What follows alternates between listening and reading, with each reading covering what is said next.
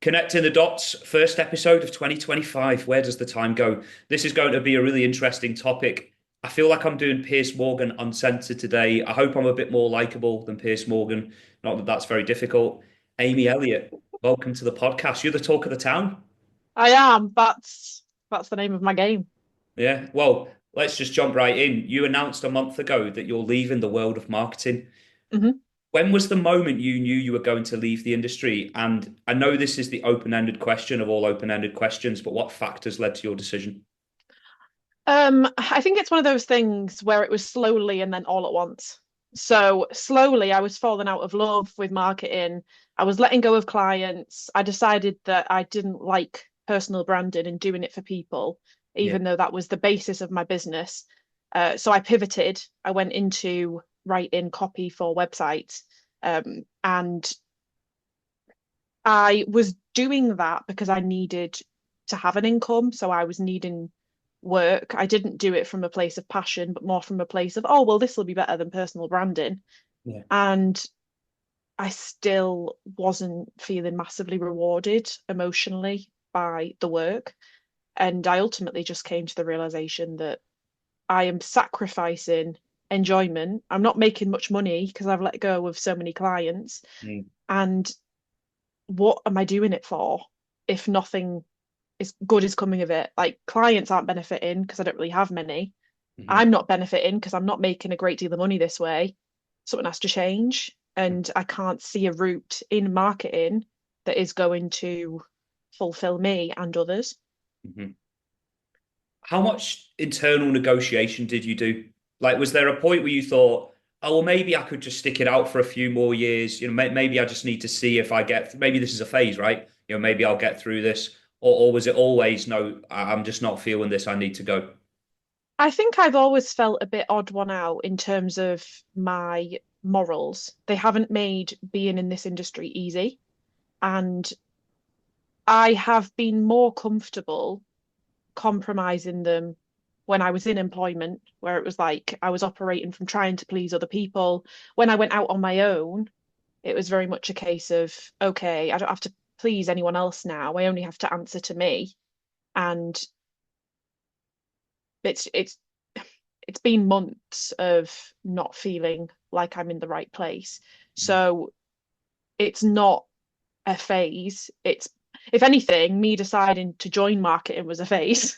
And I've just realized long term, it's not a fit for what I care about. If I cared about making money, then it'd be great Mhm. because I'd be making myself money, I'd be making other people money. But I need the work to be more emotionally and relationally rewarding than it currently is. Mhm. Have you spoken to anyone who's in the same position as you, or anyone who's kind of gone through what you've gone through? But I mean, I'm just talking kind of from personal experience here that I know that in the past I've worked on things that I didn't feel emotionally attached to. Thankfully, right now I have a great set of clients, but there's been times in the past where I've done things and I felt like I was just going through the motions. Have you talked to anyone who was maybe kind of going through the same thing? Yeah, funnily enough, there was actually a post I was tagged in today of another person who has been in marketing for a little while, has done different roles, like some agency, she's gone freelance, and she's decided like marketing isn't for her. I've also seen another copywriter lately say that he doesn't want to be in the industry anymore because he's just not getting enough work. And I've had people DM me after my I'm leaving marketing post say they're in the exact same boat, but they don't know what to do about it. Yeah. So I'm definitely not the only one who's in this position and trying to navigate moving forward. But it hasn't brought forward a solution whereby I can stay in marketing. It's more been like emotional camaraderie Yeah. than I actually feel like I can fix this by staying. I guess it's just nice to get that kind of not consolation, but it's good to get that reassurance that there are other people out there who Mhm. are in your boat and who are going through the same thing, even if it's not going to change your decision necessarily. It reminds us that we are all human, and we're going to come on to talk about some of the nonsense you read online that makes people feel quite isolated and alone. But it's good that we have this community. Really, I think we are very lucky to have been part of this community for as long as we have. To be Mhm. honest, I mean, now that the dust has settled, this is quite a rhetorical question, but how do you reflect on your decision? Mm. I think I will look back in a few years and believe that this is the best move I could have made. But as it stands right now, I don't necessarily have a solid path forward. I'm starting like a few conversations about what I could do next. Yeah. I'm very much wanting to do a people-facing role where I can get involved in community again. Um, but reflection is more just, okay, what can I learn from everything that I've been through? How can I apply it? And how can I use those skills in a new role? So I'm not going into a new job with absolutely nothing to offer and everything to learn. I'm sort of just trying to approach it like, what makes me unique? What would make me a good fit for another career? That's the reflection I'm doing at the moment. There might be some overlap between what I'm about to ask here and what we'll cover later on, but what are some of the learnings? Sorry, you mentioned some of the learnings that you've had. I mean, what would be some of your biggest takeaways, especially from the last few months? I think a lot of it has been navigating difficult conversations with people. Yeah. So I've learned a lot in terms of handling clients. I have made some mistakes in that I've like owned up to, and I've taken ownership of them, and I've had conversations with people. Um, but I feel more confident that I would be able to handle those situations better moving forward. And it comes from a place of not really knowing what I was doing, giving it my best shot, looking back, seeing where it's gone wrong, and self-studying, thinking, how could I have done that better? Yeah, yeah. Uh, how can I say things that are harsh to hear in a way where they're received as I'm looking out for you, I'm trying to help you, I'm not trying to upset you. Um, but that's a journey we're all on, I guess. You know what? No one ever gives you a handbook on how to have difficult conversations. And by the way, most of the difficult conversations that I had in the workplace took place after I turned 25. So it was mostly around, I'd say, the age of 28 to 32, 33. Some of the worst conversations I had were around that time. But no one ever gives you a handbook, and very few people really help you, Yeah. like if you really want like, managerial training or even just training in how to deal with certain situations like that, particularly when you go it alone, obviously then you have no help. But I found especially in the workplace, you can ask 100 times for training and people won't give it to you. So it's kind of like you have to just figure these things out for yourself. And most often you figure it out by making mistakes, which is a real horrible reality. But you always learn something, and you will have come out of this period. So honestly, I promise you, such a different person, such a better person. You really will. And I think like that's come through from our other conversations as well. Is kind of like, how far you've come, and these conversations, although they're quite torturous to have, like, by Yeah. the time you've done them, you do think, God, that it kind of like doesn't become such a big thing in your head then, I find. So it's like it before you do it, or the fewer of them that you've had, the bigger they are in your mind. But then as you do more of them, it's maybe it sounds a bit sociopathic to say this, but you can kind of have them on autopilot a little bit more, because you have like a bit of a script of what Yeah. to say and how to, like, because all it is, and this is the same in anything. You and I talked about this on a call recently, is like it's not about being argumentative with people. And it's not even about like trying to belittle anybody or undermine anybody. It's just about trying to meet them on a level, trying to meet them in the middle, and not turning it into an argument, just trying to like explain your point of view, they explain their point of view, and you come to an amicable conclusion. And I'm sure you've been more than capable of doing that in the last few months. Well, in that, you also have to recognize that it's not on you to tell that person how to receive what you're saying. And you also have to accept that you can try and navigate conversations as well as possible. That Yeah. person is still going to hear what they want to hear. And if they don't want resolution with you and they'd rather dislike you and they'd rather hold things against you, there's not much you can do um, other than try your hardest to show that you do actually have their best interests at heart. It's still down to them. Yeah, exactly. And it's difficult, to be fair, when someone doesn't take something the way you would like them to, it's difficult because you hold on to that and you do a lot of self-reflection and think, did I get it wrong? Should I have said it a different way? But you have to let go of that eventually and just say, look, I've done my utmost to make this as amicable as possible. And if the other person wants to project, let them. Yeah. That's them. And you just got to And move on. it's human in us to try and reflect on situations and think, okay, what can I learn from that? But I just think that's the work that someone who's emotionally developed themselves does. Other people go through life blaming others rather than looking inwards and thinking, what can I learn from this situation? How can I change my behavior? And if you're constantly coming up against people who are set to blame others rather than look internally, Yeah. you're the one who's doing that work. You try and learn from it, but there's ultimately nothing that you can do to change how someone else is approaching their life. Yeah. And you know what? I think in the world of marketing, especially, it can be quite prevalent. If you think of how thinly some people are stretched, and then what happens is because they're so stressed at work, and I've seen this loads of times firsthand, they end up kind of taking their own insecurities out on others. And I'm Yeah. not saying that from, a position of perfection by any means. I've done that many times. So, I think especially with, we've talked before about like the deadlines that exist in marketing and some of the politics that you get Mm. internally, and there is a lot of projection that goes on. And especially early on in your career, you can kind of take that as it's your fault and you're getting everything wrong. I know I did. I mean, what was that like from your experience? Did you have any sort of similar experiences? Yeah, absolutely. I think a lot of my really getting to grips with marketing was actually independent. Yeah. So I started posting on LinkedIn and I learned social media marketing through my own personal brand. So it was very much navigated on my own. And I figured out what sorts of posts people were responding to, and I learned on my own.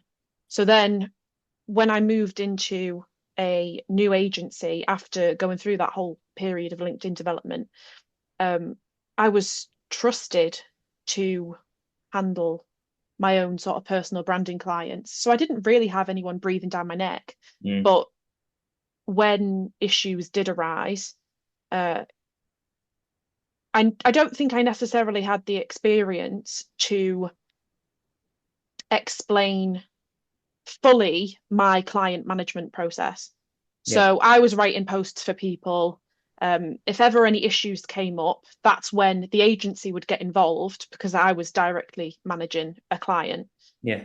And I didn't necessarily have processes in place to explain why I'd written a post the way I had. Mhm. I just decided from my own experience, this is what people are going to respond to.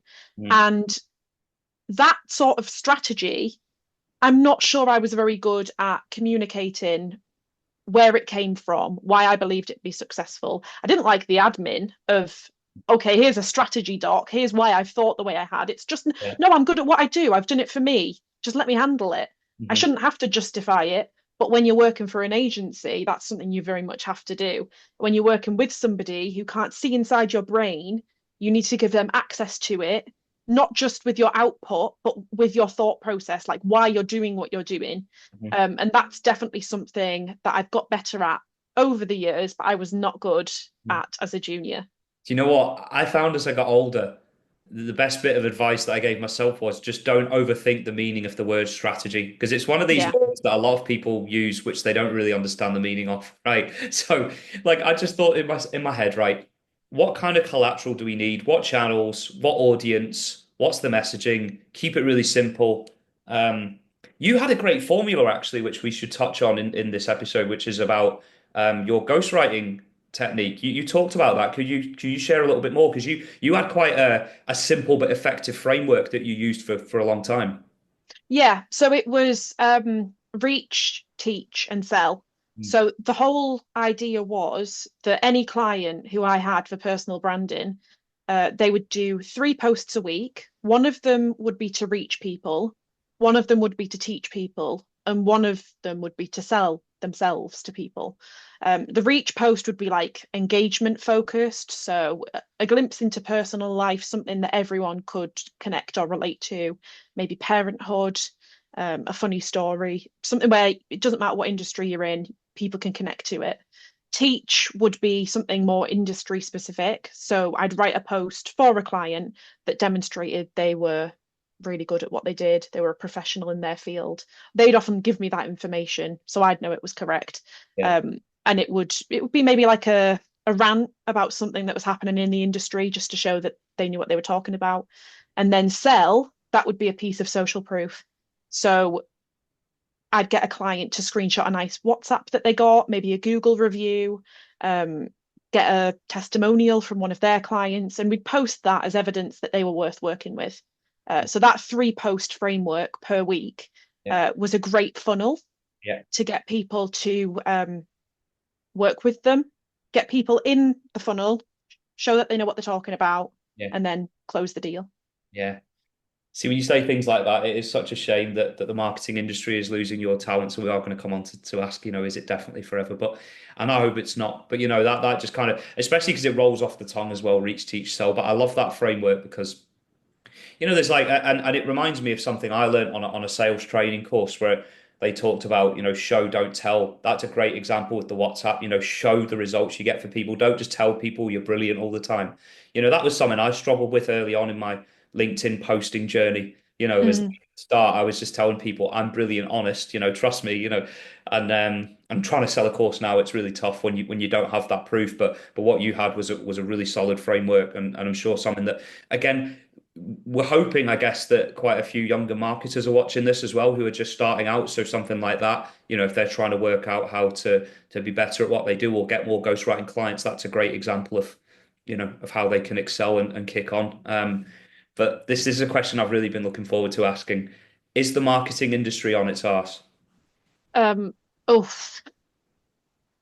this is going to make a great soundbite. Yeah, Um, the marketing industry is an inevitable evil. I don't think it'll ever truly be on its arse because it's entirely necessary for people to sell, which is always something that's going to happen. But the state of it for marketers with this mass exodus that's happening, I think that's on its arse. I think it's not a nice profession to be in. So I think marketing itself is full of creativity, brilliance, but also people who are absolute scam artists. But it as a profession is definitely on its arse. It's not half as rewarding as even maybe 5 years ago. Mhm. This is another big question, right? And I'm asking this as though you're, I don't know, the marketing equivalent of the prime minister, the head of The guru. yeah, the guru, the head of marketing for the world. But what can be done to help those people? Like you talk there about the good people, the well-intentioned people, the people who want to get on and really excel in this industry. What can be done to give them more of a voice and more of a platform and shut out some of those idiotic opportunists that you referred to earlier? I really do genuinely think that people respond to like being genuine. Yeah, So a lot of my LinkedIn success has been down to the fact that I've been genuinely creative, genuinely interested in others, and people have received that really well. There are people on LinkedIn who have built a following off AI generated posts and all of that lark. And in their numbers, they're doing better than I am. But I would quite confidently say the relationships and the relationship quality that they've achieved through that will be significantly less. So if you can build yourself a network full of people who you've genuinely connected with, you've DM'd them, you've had like a nice Zoom chat like we have had. Um, that's a way to elevate yourself. That's a way to connect with professionals in marketing who are higher up than you are. And chances are they'll give you some tips to avoid you becoming one of those cronies who is just a massive sham. yeah, yeah, yeah. And you know what? But something you said there, I think therein lies part of the problem when you said they're doing better than me. And I've said Mhm, this to you before. What's better? What does better mean to you? Because you can look at the numbers, but you see mhm. some people who've got, a few thousand followers or a few hundred followers who are killing it behind the scenes. And I'm only asking this as, this isn't like a judgmental question, but it's like what does better mean in your mind, or what could it mean to other people? Because I know people get quite fixated on the numbers, don't they? See, when I say better, I'm thinking more objective performance. I I am more bothered about my, what's the right way to phrase this? My contribution to the world. I want it to be, I have impacted people's lives for the better. I Yeah. don't want it to be, I've made this amount of money, I've generated this amount of impressions. But in marketing, it is about impressions generated and money made. That's where the disconnect lies for me. I'm not interested in those metrics so much as I am interested in quality of conversation. Have I impacted someone's life for the better? That's what I mean when I say they're performing better. They are generating more impressions, they are making more money because they don't care how they make that money. Yeah. It's like the question that people often get asked, would you rather be rich or successful? And the right answer is always going to be successful because being rich is a byproduct often of being successful, just like making loads of money is a byproduct of having natural organic conversations like you just mentioned. So it's kind of like what you're doing is exactly the right way. And all these people who want to go on about, I made $5 million ARR, when they have numbers in their strap lines and everything. And I'm just like, I don't know if this guy has a girlfriend or has left the house in 3 years or whatever, but that's, that's totally his call. But it's really pathetic. And Mm, I just want you to know that, you're out doing absolutely the right thing, or you have been doing absolutely the right things. And, yes, you've got a huge following and all that, but that's a byproduct of the things that you were doing before. You didn't necessarily do those things purely with the intention of getting tens of thousands of followers. You did it because you care about what you do and about the results you're going to get, right? So, and then it's a byproduct of that. So I always prefer to look at it that way. And the way you've looked at it is, in my opinion, absolutely right. Um, but going back to when you first joined the industry, I want to go all the way back now to 2019. mhm. What did the marketing industry look like at that time, and what attracted you to work in this industry? Oh, it's a good question. I very much approached it like digital marketing is a role that would make sense for me because I've grown up with social media, spend so much time on there anyway. Why not make money from it?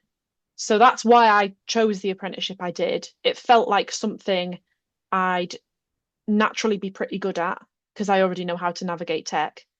And I joined a web build agency.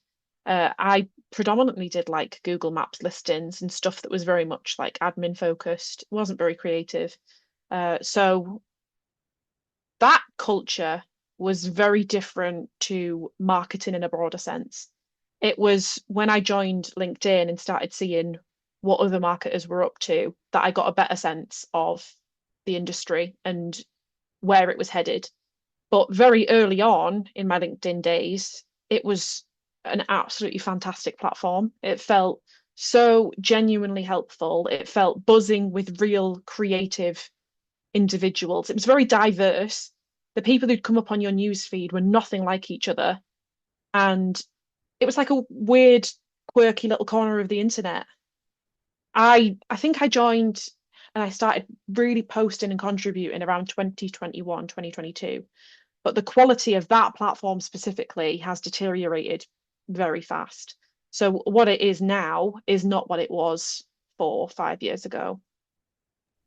When people talk about the golden age of LinkedIn, it reminds me of the conversations around the golden age of the FIFA video games because I went on a hiatus where I didn't play FIFA from 2015 until 2021. But everybody regards the golden age as being 2016 to 18. And you Mm, talk about the golden age of LinkedIn. I wasn't even fucking using LinkedIn in 2019. I had a profile, but like I was not using it at all between about I used it briefly in 2015 when I got a new job and I wanted to like look presentable. So I got my mum to take a photo of me in a nice shirt of it. cute. Yeah, yeah, honestly, on a mobile phone. And I used it briefly in 2015 and 16, but from like 2016 until I went freelance in 2022, I hardly ever used it for anything. But that's a few people have said that to me, what you've just said there, where that was the golden era and there was so much to like about it. And I feel a bit gutted really because I started using it properly in January 2023. That was when I got a proper strategy, my favorite Mm, word, in place, to kind of put myself out there. But Yeah, I mean, did you connect with a lot of the people that, I mean, some of the people that you connected with around that time? Have you had quite long relationships with those people ever Oh, since? absolutely. I went on a very long kick of like meeting people in person. Mhm. So there was a lot of people where I'd connect with them, and then start DMing, and then go and meet up with them for coffee and just enjoy having a new friend. I still do that from time to time, but less so now that I feel like inundated with noise. It's almost like you can't connect as thoughtfully because there's just too much going on. It's amazing that we did really, you and I. I mean, what I found really with LinkedIn, I guess if there is a secret to success nowadays, it's don't second guess what other people will think about you when you post something. I mean, I'm quite a good spokesperson for that, having been cancelled about two or three times, and I know obviously you've been outspoken in some things. But when we say that, I think it's important to make this clarification because we talked about this the other day. It's not a case of offending people for the sake of it, or Mm. even like trolling people. Because I know, I mean, I'm not going to speak for you. I can only speak for myself. But I went through a phase where that was more of a thing because I thought, any engagement is good engagement, and you can fall into that trap a little bit with the algorithm. I mean, do you want to talk about your experiences with that? I know you said on the last call that there were times where you kind of thought, what am I really doing this for? Like, what's this all about? Do you want to expand on that a little bit more? I think with marketing specifically, you feel a real push to be polarizing and divisive because that's what gets engagement, that's what gets people to stop scrolling. But it can feel a bit manufactured sometimes, or it just feels incredibly negative. So, what you find yourself doing is publishing hot takes that come from a burst of anger, and Mm, they'll do really well. But even like the first few comments you respond to, you're like, oh, it's really nice to be having this conversation. But then hours later, you're like, I'm past it now. yeah, I was angry, I vented, but yeah, now I'm like, I'm still having a conversation that was generated in a completely different headspace. I've lost interest now. It wasn't a calculated, rational, or even sustained topic that I was interested in. It came from a burst of emotion and now it's gone. yeah, So I don't want to post in that headspace anymore. I want to be more thoughtful about what I'm putting out, not because I'm not brash and honest when it's needed, but more because I want everything to be, I hate this word, but authentically me, not just burst of emotion me. More, what would I actually want to talk about for hours on end? That's what I want to be sharing. Because if I'm going to generate conversations with the following that I have, yeah, I would rather be able to sustain them and be interested a few hours down the line rather than being like, oh, well, I was emotional and now I'm not. yeah, yeah. I think that a lot of what goes on within social media, but especially on LinkedIn, is an upshot of what happened during COVID. But one of the things I remember you saying to me when we spoke the other day was that actually you felt COVID was a golden period. So from when lockdown kind of started to when it finished, you felt that a lot of good things were happening on LinkedIn and within the marketing world around that time. Do you want to expand on that and explain kind of what your experiences were? People were craving connection.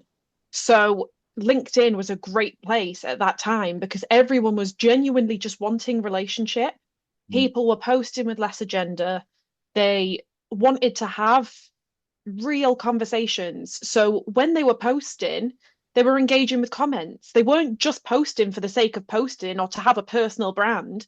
yeah, It was, we're sat in our houses, we're bored as anything. Let's have this platform replace standing at the water cooler and having a natter. yeah. It was like a real, genuine, everyone had their cards on the table sort of period of time. And it brought out good in a lot of people. And it made the platform brilliant when it was seeking genuine connection. And it was after COVID, when people have obviously realized the power of LinkedIn, Mm. and now they just post for the sake of posting. They're not bothered about the comments or anything. I still feel that a lot of what people talked about during COVID and shared during COVID, which was nice at the time because we needed anything. It's like my little boy went for a poo this morning, or we danced to Joe Wicks this morning, or I had blueberries in my breakfast this morning. A lot of things that you used to see on Facebook and Instagram all the time. what I think then happened was people thought, oh, I've got a few likes for this. I've got a bit of engagement for this. I'll just carry on doing this. And you see some Mhm. people now, like, and I, I'm just giving my own opinions here. These opinions do not reflect the opinions of Amy Elliott by any means. But, you know, I just sort of feel like people end up, people take pictures of themselves like the out of context selfies that have got nothing to do with what the post is about, or they'll be out and about and they'll be doing a video of themselves, or they'll be, here's what my son's school report taught me about business and all this bollocks. Yeah. I think, Mm. like, is this just after COVID, people have got a little bit high on their own sense of self-importance? Because all I really want to see on LinkedIn is people having a bit of a laugh, don't get me wrong, but I want to see people solving problems, so that's what Yeah. I'm trying to do with my content. I want to see people showing up as their most authentic selves, to use your favorite words, things like that. But I don't want to see people going on about trivial stuff that's just, I don't even know what it's designed for. Sometimes I think it's just to target I the, do. It's people feeling like they have to post. yeah, That's the problem. yeah. So many gurus have been like, you need to post 5 times a week. And then it's like the quality dips because the objective is posting 5 times a week. It's not posting something worthwhile saying. Yeah. The the agenda has shifted, and that's where the problem lies. If we were just like, okay, we're only going to post when we have something to say, I do think there's merit in posting frequently so that people can have conversation with you and you stay front of mind. I can't deny that. But when that's your sole objective at the expense of posting anything worth saying, don't post if you're boring. Only post if you have insight, if you have intelligence, if you have wit, because otherwise you're just contributing to a whole load of noise. And that's what's happening right now. Well, I don't know how many of those I have, but I've certainly got, what have I got out of those things? Some wit sometimes. We'll go with that. Get in. Yeah, one of the four. Come on. Did you ever find yourself falling into that trap? Because I know I have, where you think, I haven't really got anything to say. My week's been really fucking boring, but you know what? I just want to post something. Why not? I'll just get the engagement. Yeah. Have you ever found yourself falling into that trap? Yeah, 100%. I think especially when personal branding was my MO, like it was the thing that I was pushing for. But as a writer, I do say I have a skill in making the uninteresting interesting. Yeah. Not everyone on LinkedIn is a writer. So I can make a decent post out of stuff that's pretty boring. I can tell a story, maybe from years ago, and I can dig that out of the archive and make it entertaining.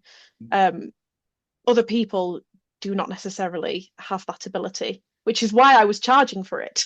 There you go. That's why you got paid.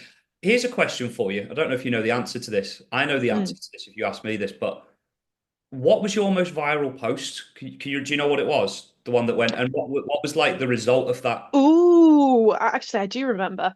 I was the youngest in my workplace at the time, and I posted, it was a little bit of like a comical post. It wasn't supposed to be taken completely seriously. I posted about being the youngest at work and how there was a couple of nicknames that I'd got, like what was I called? Baby A. No, it was oh, it came up and I did not like it. It was along the lines of like Sprite, like Sprite. that's yeah, that sort of word, like belittling. Um, and I basically made a joke out of you need young people in your office because they're kind of the ones who have a clue what's going on. Yeah. We can pick up your pens without groaning, Yeah. like all Yeah. of this malark. And it resonated with a lot of people, like a lot of people who'd been the youngest in their workplace.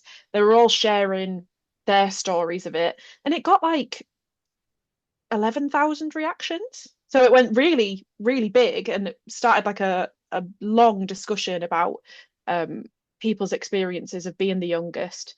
But other than that, response wise, people called me a hypocrite because I obviously looked down upon the elder people by saying they couldn't pick their pens up Yeah. without groaning. But they didn't get that that was the point. It's like Yeah. what you're doing to me, I'm doing to you. And that was kind of the whole gist, but Yeah. People want to get offended whatever. by absolutely everything, don't they? But I mean, The one that I did was the L'Oreal. So basically, I put a post out saying, "Imagine if the copywriter who coined the slogan 'Because you're worth it' was paid by the word. How fucking stupid would that be? Or by the hour? So true. Why you don't pay writers by the word of the hour? Because imagine paying someone who did that, or I'm loving it by McDonald's or something. And it turned out that the guy who did it, I think, did get some pretty hefty royalties. But I put that out anyway, and it got something like for by my standards, this is pretty good. You got to remember, I've got like 3, 4 thousand followers, but I got about 520 likes, I think, and about That two, is sick. yeah, which is all right, yeah, and about 200 comments. But it didn't do anything. I mean, the only Mm. thing that I will say to anybody, right, who wants to go viral on LinkedIn or get a lot of reactions or whatever, right? Is that's great and everything. Only if it starts conversations, or if it doesn't start conversations, if it at least keeps you front of mind for some people. Now, you're not necessarily always going to know that because sometimes someone will see it. There's a big thing on LinkedIn about silent lurkers. I've had people Yeah. who signed big contracts with me who've said, "I love your posts on LinkedIn." I'm thinking, I have to check my notifications. I'm like, "You've never fucking liked anything." Like you've never liked or commented on anything, but they say they love it, and that's why posts like that can be important, but they're not the be all and end all. Seriously, because I have got more inbound inquiries from posts that have got 5 likes or 10 likes than posts that have got 500. The ones that you think, you get 500, 1,000, or tens of thousands in your case, and quite often it doesn't fucking do anything for you. You can If sort of, we you know, if we hark back to the reach, teach, sell, it's literally just getting more people in your funnel. So yeah. what you have to do is basically think, okay, I've got a ton of people here now. I'm going to do my teach next, and then maybe I can close a few.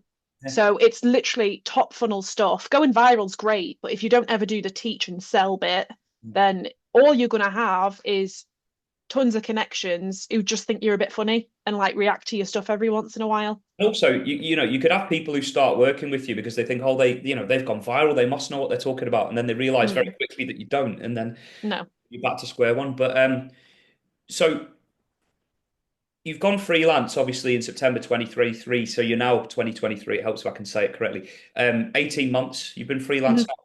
So what prompted the leap into freelance marketing, and how do you reflect on the past 18 months? Ooh, so I was basically managing my own work anyway. I was bringing leads in through LinkedIn, and I didn't think it made sense to do work for someone else when I was bringing the work in and I was managing all of the work anyway. So I ultimately decided, okay, it's probably for the best if I go out on my own, because then I have full control over who becomes a client, and I'll basically just learn some life lessons, and I'll be lining my own pockets instead of anyone else's. Um, but I just feel like that motive definitely changed, where stepping out on my own basically helped me to realize all of the ways that I was actually working from a place of fear when I was employed, fear of being told off, fear of being fired. And all of that started unraveling when I became self-employed, and I had to confront all of it really, because my motivation for working couldn't be fear anymore. It had to be either love of the job, wanting the best for clients, or because I needed to make money. And it's no wonder that in those circumstances it became more obvious that I don't really like marketing. I'm not Yeah. really that passionate about it. I do love writing, but if I'm not seeing great results from it because clients are interfering with it and I'm losing passion for it rapidly, I just can't sustain this. I'm not trying to please anyone but me, and I'm not pleased. Was that a gradual realization, or has it been? Yeah. So Yeah, absolutely. yeah, it's hard really because especially with the industry that we work in, identity is so important, both in terms of giving our clients identity, but feeling like we've retained a sense of identity in our own work and that it's ours. So when it's decision by committee, or when there's about 10 or 20 people editing something, or even if it's Don't. one or two and you've had that before, I can tell by your reaction. Yeah. So, that can be really, really taxing, and it just saps all the joy out of it. And it's a wonder that more people aren't leaving really in that respect. Um, because yeah, it's hard. I've not had it that often, I must admit, but there have been one or two clients I've worked with over the last 2 or 3 years where you think this isn't my work anymore. You're Mhm. just butchering it. And it's not so much even, I'm not so arrogant and egotistical that I have a problem with that necessarily. It's when people don't tell you and they just assume you'll be okay with it. And the lines of communication aren't there. They can't look you in the eye and say to you, "This is what I think. This is why I want to change this." That's a non-negotiable for me. I have non-negotiables, and that's a big one. With my values, I don't know what you Yeah. work with that. What I don't understand is the fact that people can recognize they're not expert enough Hmm. to the point they get in an expert, but then they question the expert. I don't get that. It's like going into a restaurant, knowing fine well you can't cook the tagine, Yeah. but then going in to the kitchen and questioning every move the chef is making. Just sit down and eat what is served. Well, I certainly can't make a tagine, so that's a great example. No, but you're absolutely. I mean, we could. You know what? This could be a podcast in itself. But like, I always say this to people. When it comes to negotiating rates with freelancers, and often with freelance marketers. I mean, maybe it's because we're in this world, we're in a bubble. We think it only happens to us, but it feels like it only happens to us. Where people go, "Oh, that's a bit expensive. Can you maybe cut that down by 50%?" Now, imagine a roofer coming to look at the tiles on your roof in your house Yeah. and then Hmm. you're saying to them, "Sorry, mate, can I get 50% off that? Is that okay? Or could you stagger the payment? Could I maybe, pay you over 12 months or something?" As soon as your back is turned, you'd hear them tell you to fuck off. Then they'd get Yeah. in their van and drive off as fast as they could. So yeah, that's the real world. You wouldn't go to Tesco and then when you get to the checkout at Tesco, say to the self-service machine, "Hang on, what's this? Why are you Hmm. charging me £2 extra for this carton of milk? Can't I just get that for free?" It's bollocks. It's just so stupid, but this is what happens all the time. And again, late paying invoices. That was something I had, with one of my main clients for years. Not a client anymore, thankfully, but you know, I can't go to Tesco and say, when you go to pay, for example, "Oh, I promise I'll get it paid next week. I'll promise I'll look at it next week, mate. I'm just busy at the moment." Imagine if you go to Tesco and you go to pay and it goes, "Promise accepted. Thanks for shopping at." Yeah. You need the payment. You need the fucking money. You know, so much of this goes on, and I don't think people outside of freelance marketing really get this. And my Mm. friends have been really sympathetic. My mom and dad, people who've never had businesses, never worked in marketing, they really do get it. And they're really sympathetic because it's just horrible. And as I'm saying this, I'm wondering why I stick it out. But no, I've got some great clients now, and I think for me, one thing that I really Mm. like that you said, and I'm not quoting you word for word here, but you said words to the effect of you don't have that same fear of losing 100% of your income when you're a freelancer. You might lose Mhm. 10% of your income or 5% of your income, and then you can go and get another 5 or 10%. You really mustn't overthink this. A lot of people do. They go, "Oh, where's the next money going to come from?" Trust me, clients come and go. They always come and Yeah. go. And I like that angle really because, when you're in school, you're taught with fear. Even when you go to college or university, you're taught with fear. When you start in the Mhm. world of work, especially when you said you're the youngest person in an organization, I was that as well, way back in 2013, but still. And people rule with an iron fist. If you give them an Yeah. inch, they'll take a mile. And Mhm. sometimes, with clients I worked with in the past, I could sense them doing that, and I just said, "No, fuck off. That's it. Not deal, man. I'm not having this." And so you've got that freedom now, and really, kudos to you really for recognizing that freedom because a lot of people, especially at your stage in your career, would just happily float along for 5 or 10 years and think, "Well, you know what? Yes, this person pisses me off, and yes, their values are completely at odds with mine, but I'm just going Mm. to go along with it." And you've decided not to do that. No. Life's too short. Yeah. It is too short, and there are more important things to worry about in life than work. And on that point, I want to talk about some of your health struggles. You've been very open about them on LinkedIn. For anyone who doesn't know about them, can you share some of the struggles you faced and the impact they've had on your life? So I was diagnosed with ADHD around 22, I believe.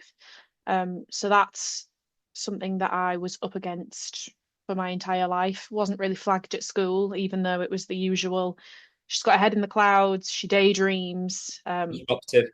Yes, Yeah. a lot of the difference in the way that I'm wired is actually what makes me so creative. I've always seen things differently, and people love that, but they also hate the downsides that come with being someone who's easily distractible.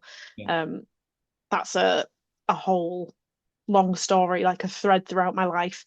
But then I've also been up against what is basically long COVID.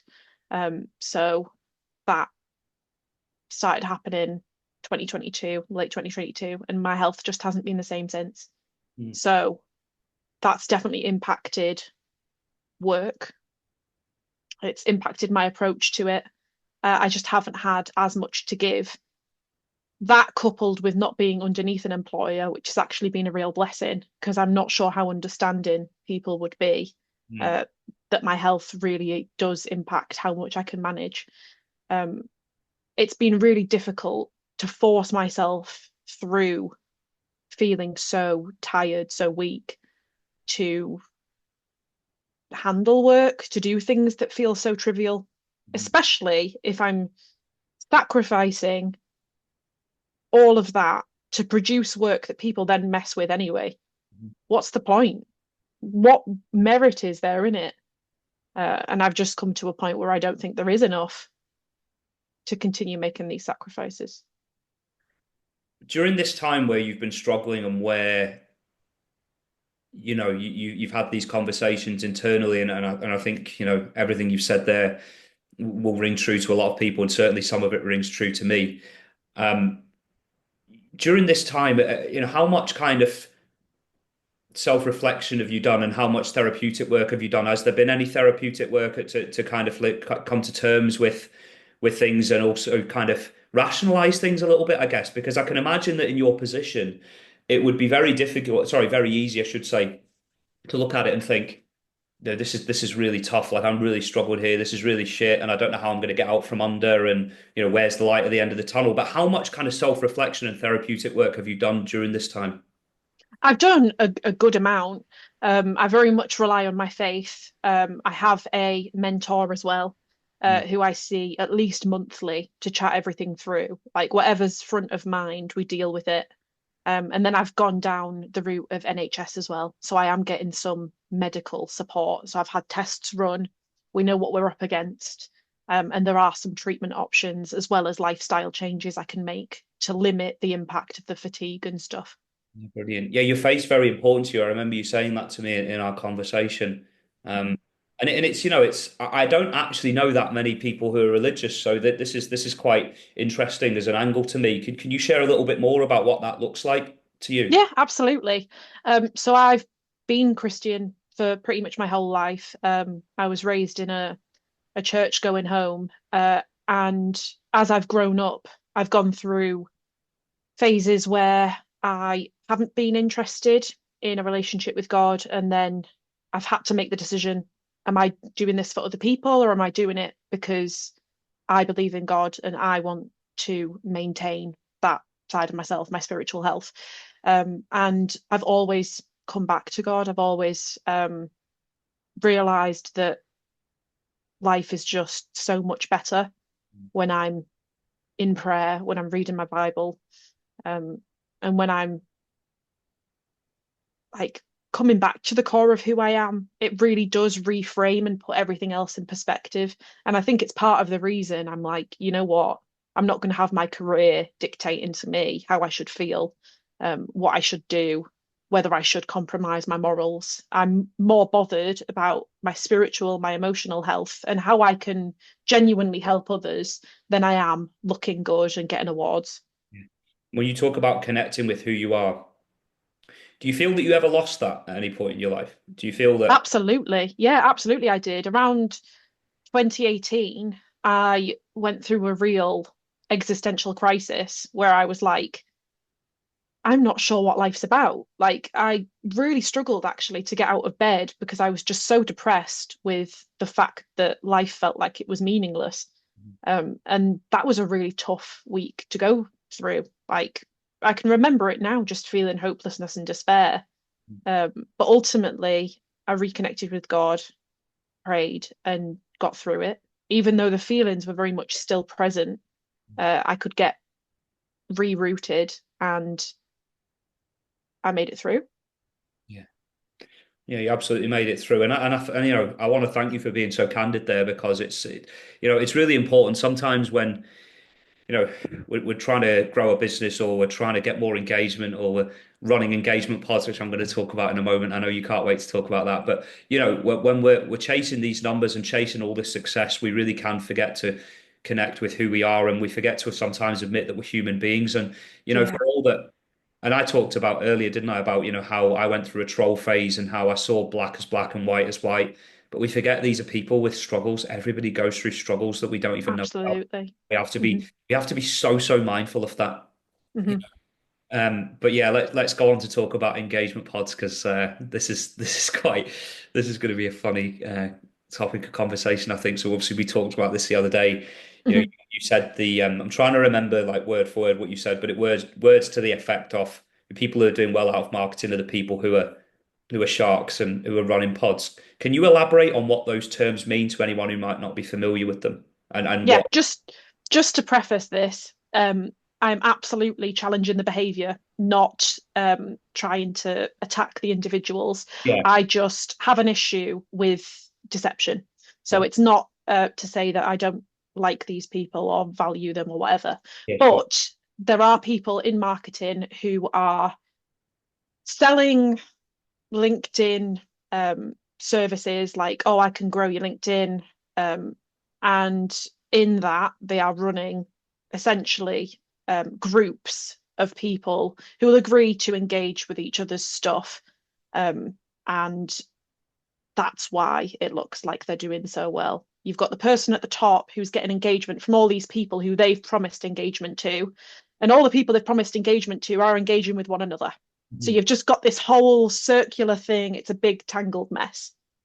Yeah. I mean, I was hoping that you or I could have maybe, you know, set up an engagement pod of some kind. Imagine And that's off the cards now, I think. a But two-man engagement pod I'm fine with. yeah, exactly. That was why I set up this podcast so I could do it. And then you said, well, I've got to go ahead with it now. But no, that's really useful to know because, like I say, a lot of people might not have been aware of it. But I just want to go back to something you talked about earlier in the conversation about, you know, personal experiences showing up as your true self, sharing the lessons that you've learned along the way.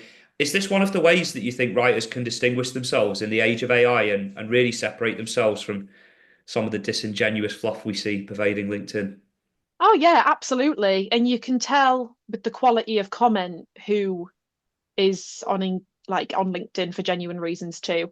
If you're sharing your experience, everything you've learned, your story, that's something completely unique to you. Your experience is the only thing you've got because there isn't an original thought Mhm. in the world. Yeah. So if you're sharing things that you've learned from experience and you're putting them down as lessons, you can see in the quality of comments you receive who is just on LinkedIn for numbers, like, you know, your AI generated comments. Yeah. This is a great post. But Yeah. if you've got people sharing their story too, there's just so much more investment from people like that. They're clearly wanting to connect.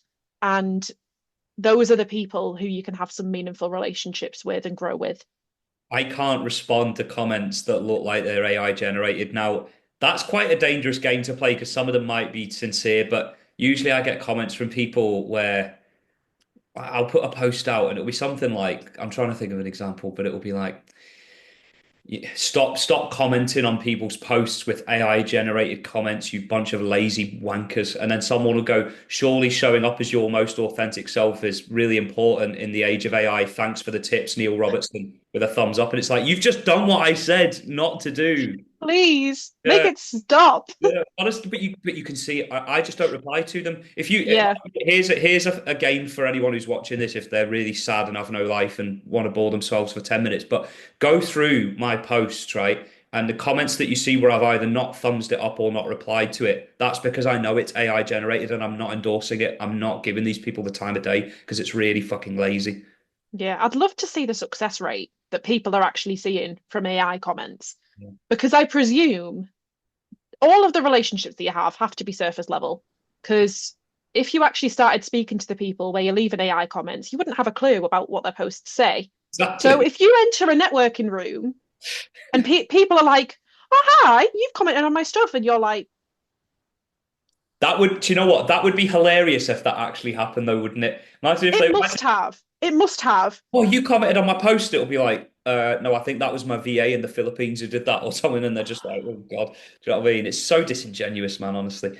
Like, that was partly why I brought up the whole thing about engagement pods because, I've seen loads of people on LinkedIn. I'm not going to name names, but you know some of the names because I mentioned them to Mhm. you the other day. But like, where their mates will just comment on everything they post, and then they'll comment on it. It's so embarrassing. It's like, and They're it, skewing. They are absolutely skewing their own audience, yeah, like post reach, because if they're in such similar circles that if one of their mates comments on their post, their mates have got the same bunch of people in their followers anyway, because they're constantly just in exactly. each other's business, doing shared posts, doing shared carousels. It's like, do you think you're going to get clients this way? I want a rich, diverse bunch of people in my comment section with genuine things to say, because that's where you get clients. That's where you find strangers who you'd never have met before, but you actually get on really, really well with. Yeah. Well, it's just a feedback loop. That's all. It Yeah. feels like a feedback loop. But I mean, that might be one of the takeaways that was one of my questions. What, in your 6 years in marketing, what have been your biggest takeaways from 6 years in marketing? Oh, gosh. One of the biggest personal takeaways, which I'm so grateful for, is I can tell when I'm being sold to. And Yeah. that is so valuable in this day and age. I can smell manufactured FOMO. I can recognize all of these advertising tactics that are chucked at me. And I can be like, I know what you're doing. I am not going to respond to it because I can sniff it out. It's just like I studied GCSE media, Yeah. and in that, we had to analyze camera angles, editing techniques, Yeah. mise en scène. So that's like the color, the Yeah, background, I all of remember this that. stuff. Yeah, it's and once you start approaching films like that, you can't stop. You see, like any piece of media you consume after that, Yeah. if they tilt the camera, you're like, oh, I know why they're doing that. Yeah. Like Yeah. it's to create this feeling of being unsettled. I literally watching Adolescence blew my mind because of the one shot take. Yeah. And it was me in my family that noticed that. I was like, they're not cutting at all. Yeah. It's because of media. You can literally sniff stuff out now. Yeah. And it'll be the same with marketing for me forever. I'll know when I'm being sold to. I know the underhand tactics that some companies do where they'll say, oh, our product's free, but then they'll up the shipping cost. Yeah. So just pay for shipping. Yeah. Yeah. Yeah. That shipping is more expensive because they are charging you for the product. That's stuff that I look out for now. I'm really, really hard to sell to. Do you know what? If I sell stuff to people, I'm just open about the fact I sell it. I don't even, and all I do is I basically go, if you've got this problem, this is how I'm going to help. And I don't talk even that much about what I'm going to do. I just go, I'll help you do this, that, and the other. Are you interested? Yes or no? You know, and it's a bit like I'm a big movie fan, and one of my favorite films is The Big Short. And it's like when have you Oh, I seen it? love that film. It's Yes. sick. Do you know when Vinny calls up Ryan Gosling's character, the guy with the fake tan, and he goes, "I just want to know how you're fucking us." He goes, Yeah, "We'll pay for the tell swap." me. Yeah, I just want to know how you're fucking us, right? But then Ryan Gosling's character says something that I would love to say to people. If I ever get any pushback, I always say words to this effect. He goes, "Yeah, okay, I'll be totally honest with you. You pay me the money, I rip your fucking eyeballs out, and yes, I get the sundae, but you get the cherry on top." Or no, it's the other way around, right? Let me really start again. I I think. get the cherry on top. Yeah, I get the You cherry get on the top. He Sunday. goes, yeah, I rip your fucking eyeballs out. I get the sundae with the cherry on top. But you get the sundae, Vinny. You get the sundae. So Yeah, that's like that's pretty much marketing 101. It's like, yes, I'm selling a service. Yes, I want to make more money. I have a mortgage, I have bills, I blah blah blah, but I want to live a good life as well. Sue me. But I'm going to get you really fucking good results as well. yeah, I'm going to make it, you don't care about what I can do, fine, but I'll tell you all the things that I'll do for you.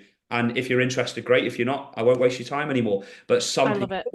so persistent in the way that like, and it's just what I get. I don't know if you've ever had this. Do you ever get the ones where it's just your name and a question mark? So they like send you four No. messages and they go Neil question mark, and I'm like, what? You know, I've had that before, and but again, empathy. I try and sort of remember these are people who oh, I shouldn't really say this. It's too late now. The podcast is being recorded. I'll probably get cancelled for saying this, but quite often it's people from impoverished countries or, where they've not, you know what I mean? They need to put food on the table sort of thing. So I do try and give them a bit of leeway, but fuck me, some people are persistent. I get loads of emails that say Ray in the subject line. Do you ever get that where it's like Ray colon to make it look like it's part of the conversation? You're very lucky you're not targeted by scammers. Clearly, I've put my email address in some places that I shouldn't have done. And now I'm My junk filter is full to the brim. I just don't really open it. I have been signed up to mailing lists yeah. in ways that I haven't authorized. I get sent like things for LinkedIn events and LinkedIn training. I'm like, hon, I sold this. Why would I need your help? Yeah, it's really it's mad, isn't it? I mean, here's a course on marketing or something, and you're there like, fuck, I've worked in marketing for The 6 years. last thing I need. Yeah. Well, do you know what? The one that does my head in, and then I will get back onto the topic at hand 'cause I'm kind of going a bit off piece there, but like, I hate it when I get a LinkedIn notification, with the little red one in the message thing where you think, oh, I've got a new message. This might be like a potential client or a lead or someone that I really get on with, blah, blah, and it's a sponsored thing from like some. Oh, that does my nut in. I'm never bothered. There hasn't been one that has been worth my time. Yeah, it's like some sort of investment event happening in London. It's like, mate, I've got about £7 in my account. Like, why am I getting these messages about some Do you fucking know, investors do you know dinner how in London? expensive it is to advertise on LinkedIn as well? Yeah, but this It is what is I get. so expensive. Throwing money at things like throwing money out the window. You might as well just take it and wipe your ass with it and throw it in the bin. It's just like, what's the point? Anyway, going back on to whatever the topic we're discussing is. I lost my train of thought. Are I'm there any? still thinking about The Big Short. It's a great movie, isn't it? I love Christian Bale with my whole heart. He is Yeah, where he goes, literally, can we make it 100 million? And then they're just oh like, my gosh, absolutely, we can make it 100 million. he is just one of the most talented actors I have ever witnessed, ever. Have Like, you seen American Psycho? yes, Yeah, he's just sick. that's how I found out about. Well, I knew about Genesis anyway because I knew the band, but that song "In Too Deep," I'm not gonna like narrate what he says during that because it's kind of coarse, isn't it? But he's got it on in the background. But then obviously Huey Lewis, and then he's dancing with the thing. And hit to be square is it? And then he gets the axe. It's Oh, brilliant. it's just brilliant. Any sort of like artistic film, he's just unreal. He's my Batman as well, like the best Christian Bale. Well, one of the questions towards the end is what's next, but I'm now thinking you just want to be the next Christian Bale. That's I your do. No, I just want to be Christian Bale. going to be a female Christian Bale, but we'll get back onto that. But are there any people you'd like to give a special shout out to who've helped you develop as a marketer and as a person over the last 6 years? Oh, absolutely. So definitely a big shout out to Lewis Kemp, because he took a gamble on me hiring me for Lightbulb, and he very much trusted me to do my own thing. So I I owe a great deal to him, especially in terms of LinkedIn development. Also, my partner, Mike Walters, he has been a great help and a great support, specifically when I haven't been very well. He's just always there for me. He has to be, otherwise I'd be incredibly upset. But he does such a good job and he's given me work. We've actually done some websites together, so I'm really grateful for him. Um, who else? There's tons of people who I'd love to see pop up on LinkedIn who actually make it worth opening. Shari is one of them. Yeah, Shari. Um, Yeah, I've had her oh, on. she's just so talented and so lovely. Yeah. Um, there's very few people where I'm actually like excited to see them in my news feed anymore, but she's definitely one of them. She's got some amazing Um, stories, by the way. she's just great. I actually really need to invite her on a call just to catch up with her because I don't think I've ever spoken directly to her. Yeah. But she's fantastic. And she's great fun. You know what? She was so patient with me as well when we did our podcast. Basically, it's funny actually. If anyone is watching this and wants to watch that other one, I'll give you a little bit of background with what happened there. So I'm pretty sure, you talked about having ADHD before. I'm pretty sure I have got ADHD, and so my timekeeping it's not always the best. I went out for I decided just randomly. I mean, the call with Shari, I think, was at 5 o'clock UK time. So I decided that I would go for a 6 mile run at 4 o'clock in the afternoon. And it was like 30 degrees. So what I did was I went for a run. I got back at something like, I mean, my pace is really not what it used to be. So I think I got back at like maybe 10 to 5, something like that. I ran upstairs, got a cold shower. But then by the time I got out of the shower, it was like 4:58. So I thought, oh, fuck it, right. I'm just going to throw a t-shirt on, throw joggers on. My hair was about the same length as now, if not slightly longer. So you can see on that video, not only have I got wet hair, I'm also perspirating. So like I'm sweating from here. I've got wet hair. You can actually, if you look close enough, see a little bit of a wet patch on my t-shirt as well. Like it's just, yeah, Mm. I know exactly. And then, Shari's been really patient. I turned up late. I was like, but do you know what? It was probably one of the best podcasts I did. I had some like, stuff prepared and whatnot, but we just went off in different directions. And Shari had so many amazing stories from a time in journalism. Obviously, I'm talking about Shari because I don't know the other people that you've mentioned, but yeah, it was brilliant. You meet so many. Do you know what? If you ask me that same question, I could probably list off about 20 or 30 names. You could probably list off, 100 names, but it's just there's so many people that are there for each other, and that's really what I love about the community. And I guess with Mm. that in mind, this might be one of the pieces of advice that you'd have for the next generation. I guess one of those things would be,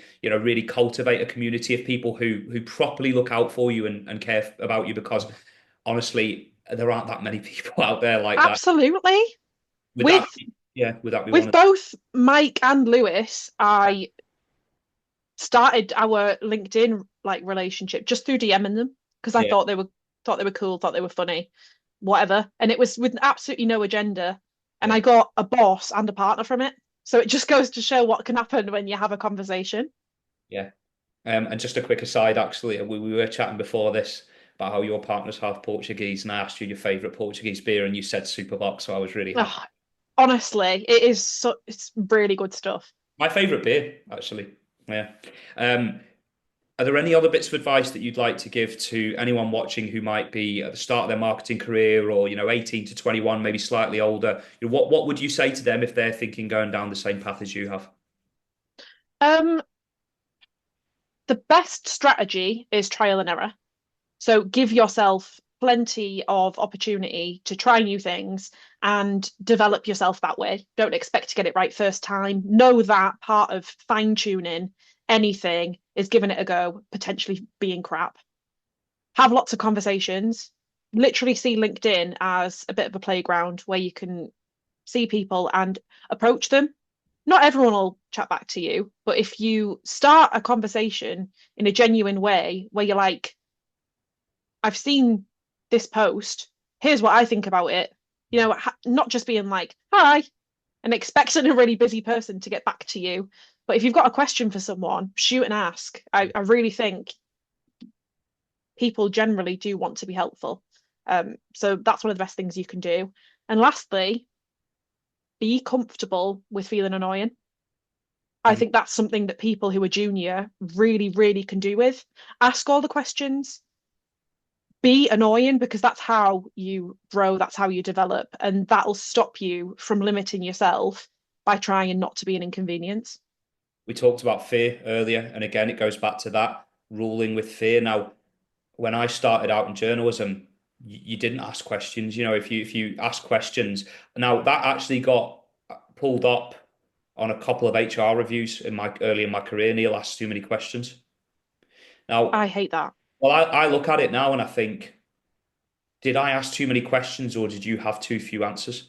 Because Yeah. if you've got the right framework in place and you're confident in yourself and what you're doing, you should be able to answer those questions easily. Now, if I'm asking the same question over and over again, then yes, I understand that. But if I'm just asking questions out of curiosity and wanting to be better at my job, that is not an issue. And that's one thing that has changed a lot in the world of work in the last 10 years. We're going back to 2013 or 14, but even when I went in house to work for an insurance company, I got told by my manager there, you asked too many questions. It's like, well, all right, well, I'll just do a shit job then. Yeah.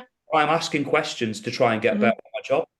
You Hmm. know, and I would say to anyone who's coming into marketing now, and I've been told this by one of my clients who I love to bits, I'm going down to an exhibit for them next week. But there's a guy there who, I'll be honest, when I first started talking to him, I was a bit like, oh, I want to make sure I don't annoy him. Even at the age of Yeah. 32, 33, I still felt a bit like that. But he said to me early on, Neil, no question is a stupid question. Anything you need, you ask us. You know, What a boyo. like that's a brilliant, piece of leadership from him there. Yeah. Totally honest with you, I haven't always had leaders like that. In fact, very rarely No, neither have I. like that. So that's a great piece of advice. If you ask questions, right. So when I was a manager, I can tell you now that even when I was at my most stressed or my most busy, I would always rather people ask questions about things that they weren't sure of than people who tried things and then got it wrong and then their confidence suffered as a result. I would rather you just ask. No, it shows me that you want to. I don't really like overusing this phrase too much, but you want to go above and beyond. You want to do Mhm. more. Don't be one of these people who's too scared to ask questions because at the end of the day, and I'm going to say this now, and again, this does not represent the views of Amy Elliott. This is purely me. A lot of narcissists in marketing, a lot of sociopaths, Yeah. they love Hmm. this idea of being dictatorial, of being powerful. You can't ask me that. I'm busy. Don't ask me that. I'm a busy person. I earn 100 grand a year, blah, blah, blah. Forget it. Just fucking ask the question. They want you to think that about them. They're like that. I promise you now, the people who convey that persona and have that mindset and mentality, they're the most insecure people. They're not Yeah. it's not that the people who are most secure and comfortable in themselves are the ones who want to help you develop. So again, I know I'm just repeating what you said there, but it was so powerful that really that's a great piece of advice. And one of the best things that you can hear from a leader if you do ask questions is, I don't know. If they say, I don't know, and they go to literally help you find out the answer to your question, that is somebody who is honest, who knows that they don't have to know everything to be a good leader, but will get you the answers you need. And not enough people can say, I don't know. Do you know what? I think that applies to just about anything though, like parents as well, teachers, because sometimes, like I've had it before with my dad where he said, I don't know, but I'll try and find out for you. That's fine because then you don't grow up with this kind of false expectation of what someone should be capable of. Like, Yeah. oh, they should just do everything for me. You Hmm. work it out together and again, a very overused word in marketing, but it's a collaborative process then, isn't it? Where Yeah. solving So the respectable. yeah, and growing together. So, I've got to ask you this. Is it goodbye forever or never say never?